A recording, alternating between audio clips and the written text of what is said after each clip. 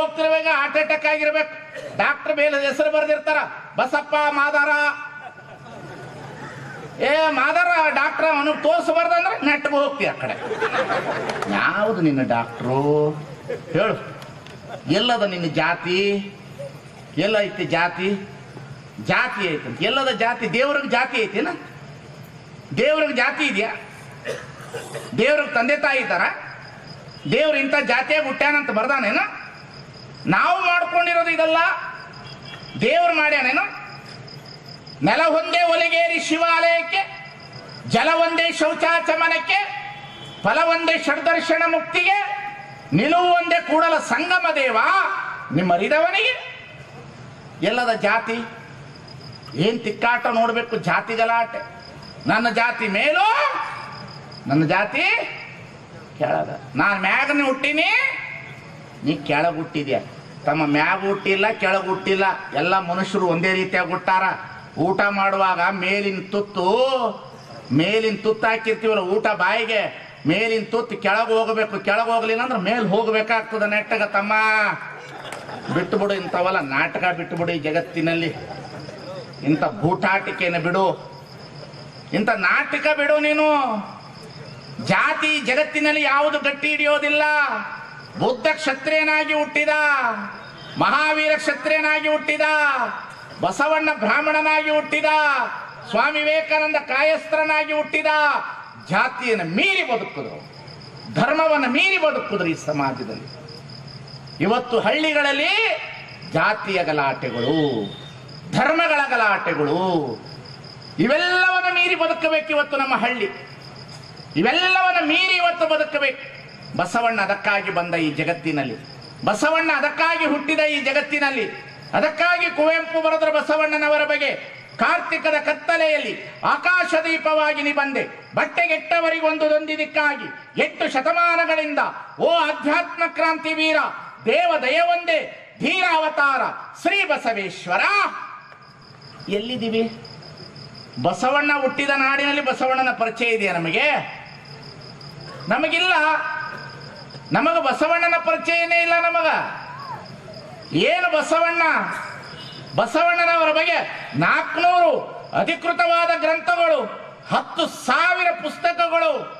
ಪುರಾಣದಲ್ಲಿ ಬಸವಣ್ಣ, ವಚನದಲ್ಲಿ ಬಸವಣ್ಣ, ಕಾವ್ಯದಲ್ಲಿ ಬಸವಣ್ಣ, ಗದ್ಯದಲ್ಲಿ ಬಸವಣ್ಣ, ಪದ್ಯದಲ್ಲಿ ಬಸವಣ್ಣ. ಎಂಥವನು ಬಸವಣ್ಣ? ಎಂಥವನು ಬಸವಣ್ಣ? 300 ಜನ ಸೂಳೇರನ ಶರಣೆಯರನಾಗಿ ಮಾಡ, 12,000 ಜನ ವೇಶ್ಯರನ ಶರಣೆಯರನಾಗಿ ಮಾಡ. ಯಾರು ಬರಲಿ ನಮ್ಮವನು ಅಂದ, ಯಾರು ಬರಲಿ ಇವನು ನಮ್ಮವನಂದ. ಮಾದಾರ ಚೆನ್ನಯ್ಯನ ಮಗ ನಾನು ಅಂತಂದ. ಯಾಕಾಗಿ ಬಂದ ಈ ಜಗತ್ತಿನಲ್ಲಿ ಬಸವಣ್ಣ? ಯಾವ ಕಾರಣಕ್ಕಾಗಿ ಬಂದ ಅಂತ ಮಹಾದೇವಿನ ಕೇಳಿದ್ರೆ ಹೇಳ್ತಾಳ, ಈ ಜಗತ್ತಿನಲ್ಲಿ ಬಸವಣ್ಣನವರ ಜನನ ಸಾಮಾನ್ಯವಾದ ಜನನವಲ್ಲವಂತೆ. ಅದಕ್ಕಾಗಿ ಮಹಾದೇವಿ ಹೇಳ್ತಾಳ, ಬಸವಣ್ಣ ಎದಕ್ಕಾಗಿ ಹುಟ್ಟಿ ಬಂದ ಈ ಜಗತ್ತಿನಲ್ಲಿ ಅಂದ್ರೆ, ಶಿವ ಶಿವ ಆದಿ ಅನಾದಿಗಳೆಂಬೆರಡಿಲ್ಲದ ನಿರವಯ ಶಿವ, ನಿಮ್ಮ ನಿಜವನಾರಯ್ಯ ಬಲ್ಲರು. ವೇದಂಗಳಿಗೆ ವೇದ್ಯನು, ಶಾಸ್ತ್ರಗಳಿಗೆ ಸಾಧ್ಯನು, ಪುರಾಣ ಕಗಮ್ಯನು, ಆಗಮಕ್ಕೆ ಗೋಚರನು, ತರ್ಕಕ್ಕೆ ವಾಗ್ಮನಾತೀತವಾಗಿಪ್ಪ ಪರಶಿವಲಿಂಗವನು. ಕೆಲವರು ಸಕಲನೆಂಬರು, ಕೆಲವರು ನಿಷ್ಕಲನೆಂಬರು. ಈ ಬಗೆಯ ಭಾವದಿಂದ ಹರಿ, ಬ್ರಹ್ಮ, ಇಂದ್ರ, ಚಂದ್ರ, ಕಾಲ, ದಕ್ಷ, ದೇವ, ದಾನವ, ಮಾನವರೆಲ್ಲರೂ ಕಾಣಲರಿಯದೆ ಭವಭಾರಿಗಳಾಗಿ ಹೋದರು. ಈ ಪರಿಯಲ್ಲಿ ಭವಭಾರಿಗಳಾಗಿ ಹೋಗಬಾರದೆಂದು ಸಂಗನ ಬಸವಣ್ಣ ಜಗದಿತ್ಯಾರ್ಥಕ್ಕಾಗಿ ಮರ್ತ್ಯಕವತರಿಸಿದ. ಈಗ ಬಂದ ಬಸವಣ್ಣ. ಬಸವಣ್ಣ ಯಾರ ಪರವಾಗಿ ಬಂದ? ಹೆಣ್ಣು ಮಕ್ಕಳ ಪರವಾಗಿ ಬಂದ, ಹೆಣ್ಣು ಮಕ್ಕಳ ಧ್ವನಿಯಾಗಿ ಬಂದ, ಮೂಢನಂಬಿಕೆಯನ್ನು ತೆಗಿಲಿಕ್ಕೆ ಬಂದ, ಅಜ್ಞಾನವನ್ನು ತೆಗಿಲಿಕ್ಕೆ ಬಂದ, ಸುಜ್ಞಾನದ ಕೆಳಗೆ ಬಂದ. ನೋಡಬೇಕು ಏನು ಮೂಢನಂಬಿಕೆ ನಮ್ಮ ಜನರಲ್ಲಿ, ಏನು ಮೂಢನಂಬಿಕೆ.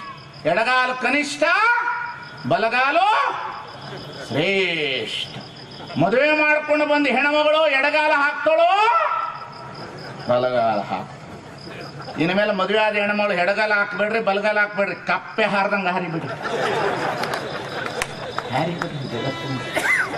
ಎಡಗಾಲ ಕನಿಷ್ಠ, ಬಲಗಾಲು ಶ್ರೇಷ್ಠ. ಎಡಗೈ ಕನಿಷ್ಠ, ಬಲಗೈ ಶ್ರೇಷ್ಠ. ಬೆಳಿಗ್ಗೆ ಸ್ಟ್ರೈಕ್ ಮಾಡ್ಬೇಕು ಗೊತ್ತಾಗ್ತದೆ ಒಂದು ದಿನ.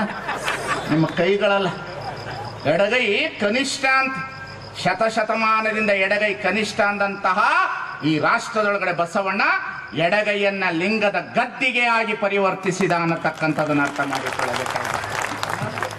ಎಡಗೈ ಕನಿಷ್ಠ ಅಂತ. ಇದು ಹೆಣ್ಮಕ್ಳು ನೋಡ್ಬೇಕು, ಅವ್ರನ್ನೇ ಮೋಸ ಮಾಡೋದ್ರಿ. ನಿಮ್ಮನ್ನು ಎದುರಿಸೋದೇನು ದೊಡ್ಡ ಮಾತಲ್ಲವ. ನೀವು ಬೆಳಗ್ಗೆ ಎದ್ದು ಕೂಡಲೇ ನಿಮ್ಮ ಮನೆ ಮುಂದೆ ಒಂದು ಇದ್ಲು, ಒಂದು ಮೆಣಸಿನಕಾಯಿ, ಒಂದು ಮೊಟ್ಟೆ ಹೊಡೆದಿಟ್ರೆ ಸಾಕು ಢರ್ ಅಂತೀರಿ. ನೀವು ಒಂದು ಯಾವ್ದ್ರಿ ಅತ್ತ ನಡಗೋಗ್ತೀರಿ. ಒಂದು ಇದ್ಲು ಎದುರಿಸ್ತದೆ ನಿಮ್ಮನ್ನ, ಒಂದು ಮೆಣಸಿನಕಾಯಿ ಎದುರಿಸ್ತದೆ ನಿಮ್ಮನ್ನ. ಯಾಕೆ ಭಯ ಪಡ್ತೀರಿ? ಎಲ್ಲದ ಭಯ? ಏನದ? ಇವತ್ತು ಹುಟ್ಟಿದೀವಿ, ನಾಳೆ ಸಾಯ್ತೀವಿ. ನಾಳೆ ಬಪ್ಪುದು ನಮಗೆ ಹಿಂದೆ ಬರಲಿ, ಇಂದು ಬಪ್ಪುದು ನಮಗೆ ಈಗಲೇ ಬರಲಿ. ಇದಕ್ಕಾರಂಜುವರು, ಇದಕ್ಕಾರಳುವರು. ಇವತ್ತು ಹುಟ್ಟಿದೀವಿ, ನಾಳೆ ಸಾಯ್ತೀವಪ್ಪ. ಏನು ನಮ್ಮ ಜನ್ಮ? ಬಸವಣ್ಣ ಏನು ಹೇಳುದ ಅನ್ನೋದನ್ನೇ ನಾವು ಮರ್ತು ಬಿಟ್ಟವು ನಾವು. ಅದ್ರಲ್ಲಂತೂ ಮದುವೆ ಮಾಡೋ ಟೈಮ್ನಲ್ಲಿ ಈ ನೋಡಕ್ ಬಂದಿರ್ತಾರಲ್ರಿ, ಹೆಣ್ಮಕ್ಳ ಕೈ ನೋಡ್ತಾರಲ್ರವ, ನಿಮ್ಮ ಕೈ ನೋಡ್ತಾರ. ಈಕೆ ಬಂದ ಮೇಲೆ ಮನೆ ಬೆಳಗ್ತದೋ ಇಲ್ಲೋ, ರೊಕ್ಕ ಬರ್ತದೋ ಇಲ್ಲೋ, ಈಕೆ ಬಂದ ಮೇಲೆ ಮನೆ ಉದ್ಧಾರ ಆಗ್ತದೋ ಇಲ್ಲೋ ಅಂತ ನಿಮ್ಮ ಮುಂದೆ ಮೋಸ ಮಾಡ್ತಾರೆ. ಇನ್ಮೇಲೆ ಇವನು ಕೈನು ನೋಡ್ಬೇಕು. ಇದೇನು ಮಟ್ಕ ಆಡಿದ ಕೈಯೋ, ಗುಟ್ಕ ಆಡಿದ ಕೈಯೋ, ಇಸ್ಪೇಟ ಆಡಿದ ಕೈಯೋ? ಯಾಕೆ ಹೆಣ್ಣು ಮಕ್ಕಳನ್ನ ಯಾಕೆ ಶೋಷಣೆ ಮಾಡಬೇಕು ಹೇಳ್ರಿ ನೋಡ. ನೆಮ್ಮದಿಯಾಗಿ ಬಿಟ್ಟಾರೇನೋ? ಇಲ್ಲ. ಎಡಗಾಲ ಹಾಕಿದ್ರು ತಪ್ಪು.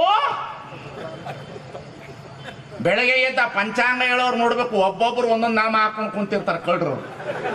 ಇನ್ನೇನು ಸಗತ್ತೀನಿ ಉದ್ಧಾರ ಮಾಡಿ ಬಿಡ್ತೀವಿ ಅಂತ ಕುಂತಿರ್ತಾರ. ಅವ್ರು ಇಲ್ದಿರೋದೆಲ್ಲ ಹೇಳ್ತಾ ಇರ್ತಾರ. ನೋಡ್ಬೇಕು, ನಮ್ಮ ಹೆಣ್ಮಕ್ಳು ಪೂಜೆ ಮಾಡಬೇಕಾದ್ರೆ ಕೆಂಪು ಹೂವೇ ಬೇಕು, ಬಿಳಿ ಹೂವೇ ಬೇಕು, ಅಂತ ಹೂವೇ ಬೇಕು, ಇಂಥ ಹೂವೇ ಬೇಕು. 4 ಗಂಟೆಗೆ ವಾಕಿಂಗ್ ಹೋಗಿ ಬಂದ ಮೇಲೆ ಮಂದಿ ಕಾಂಪೌಂಡ್ ಹೂ ಕಿತ್ಕೊಂಡು ಬಂದು ಪೂಜೆ ಮಾಡಿಬಿಟ್ರೆ ದೇವ್ರು ಹೊಲ್ದು ಬಿಡ್ತಾನ. ನಮ್ಮ ಅಜ್ಞಾನ, ನಮ್ಮ ಅವಿವೇಕಿತನ. ಸ್ವಾಮಿ, ಜಗತ್ತಿನಲ್ಲಿ ಪೂಜೆ ಅಂದ್ರೆ ಏನು ಅಂತಂದ್ರೆ ಒಬ್ಬರ ಮನವ ನೋಯಿಸಬೇಡ, ಒಬ್ಬರ ಮನೆ ಹಾಳು ಮಾಡಬೇಡ. ಬಸವಣ್ಣ ಹೇಳ್ದ. ಪೂಜೆ ಅಂದ್ರ ದೇವ್ರ ಪೂಜೆ ಮಾಡೋದಲ್ಲ, ಒಬ್ಬರ ಮನವ ನೋಯಿಸದವನೇ, ಒಬ್ಬರ ಮನೆಯ ಘಾತವ ಮಾಡದವನೇ ಪರಮ ಪಾವನ ನೋಡ. ಮಾಡದಲ್ಲ ಮಾಡಿಬಿಟ್ಟು ಕಾಶಿಗೆ ಹೋಗಿ ಜಳಕ ಮಾಡಿ ಬಂದ್ರೆ ಪಾಪ ಪರಿಹಾರ ಆಗ್ತದಂತೆ. ಏನಿಲ್ಲ, ಕಾಶಿಲ್ ಪಾಪ ಮಾಡಿದ್ರೆ ಏನು ಬಿಜಾಪುರಕ್ಕೆ ಬರ್ಬೇಕೇನೋ ಗೋಳ್ಗೊಂಬಿಟ್ಟಿಗೆ ಜಳಕ ಮಾಡಕ? ಮೀಪರೆ ಪೋಪರೆ ಅದೇನು ಕೆಸರೆ? ಸ್ವಾಮಿ, ಈ ಬಲ್ಪ್ ಎಷ್ಟು ಉರಿದದಂತ ಬಲ್ಪ್ ನೋಡಬಾರ್ದು.